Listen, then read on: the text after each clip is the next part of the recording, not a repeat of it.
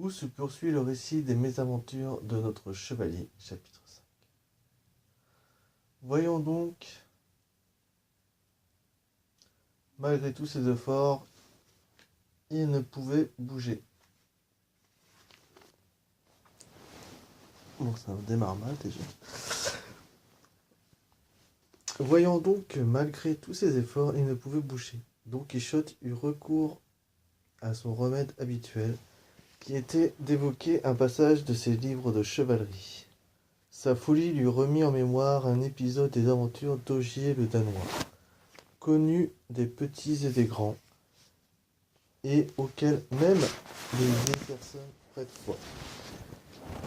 Bien qu'il n'y ait là pas plus de vérité que dans les miracles de Mahomet, cette histoire qui raconte comment le fils de Charlemagne abandonna Baudouin blessé dans un bois lui parut convenir parfaitement à la situation dans laquelle il se trouvait. Il commença donc à se rouler par terre pour manifester son affliction, en récitant d'une voix plaintive ces vers que, dit-on, le chevalier blessé avait prononcés. « Où es-tu, dame de mon cœur, si peu sensible à mon malheur? Tu ignores ce coup fatal, ou tu es fausse et déloyale. » Et il poursuivit. « Ô toi, noble Ogier le Danois, mon oncle et seigneur par le sang, vint à passer un paysan de son village, qui était allé porter du blé au moulin. Voyant un homme étendu à terre, il s'approcha et lui demanda qui il était et de quoi il souffrait pour se plaindre si tristement. Don Quichotte, persuadé que ce ne pouvait être que son oncle, Ogier le Danois, au lieu de lui répondre, continua de chanter ses malheurs et les amours de sa femme avec le fils de Charlemagne. Le paysan, tout surpris d'entendre pareil galimatias, lui ôta la visière que les coups de bâton avaient cabossée, lui nettoya le visage qui était couvert de poussière et le reconnut aussitôt. « Eh bien, monsieur Quijana, s'écria-t-il, ce qui prouve que tel était son nom du temps où il avait tout son bon sens quand il était gentilhomme paisible et ne s'était pas encore transformé en chevalier errant. Qui vous a mis dans cet état? » Mais Don Quichotte poursuivait sa chanson.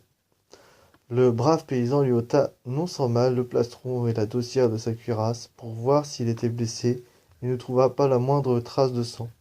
Le soulevant alors avec beaucoup de peine, il le hissa sur son âne, qui lui parut une monture plus docile.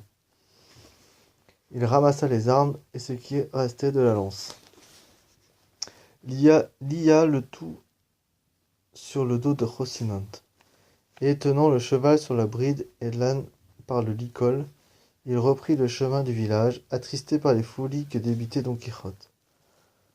Celui-ci n'était pas moins triste, et pouvait à peine se tenir sur la bourrique, tant il était fourbu et moulu. De temps en temps, il poussait des soupirs, à fendre l'âme, ce qui obligea le paysan à lui demander une fois de plus où il avait mal. Mais Don Quichotte, à qui le diable en personne semblait remettre en mémoire des aventures en rapport avec sa situation, oublia Baudouin et se souvint de Mort Abencerrage, que le gouverneur d'Antequera, Rodrigue de Narvaez, avait fait emprisonner dans sa forteresse. Aussi, quand le paysan lui redemanda comment il se sentait, il lui répond mot pour mot ce que l'Abencerrage avait dit à Rodrigue de Narvaez dans la Diane de Montemayor, d'où cette histoire est tirée. Il amenait toutes ces sottises avec tant d'à-propos que le paysan, qui n'y entendait rien, commençait à prendre la mouche. Il comprit cependant que son voisin était fou, et se hâta d'arriver au village pour abrager l'ennui que lui causaient ces interminables discours. « Sachez, monsieur le gouverneur Rodrigue de Narvaez, poursuivit Don Quichotte, que l'incomparable Dulcinée du Toboso a pris désormais la place de la belle Sharifa. C'est en son nom que j'ai accompli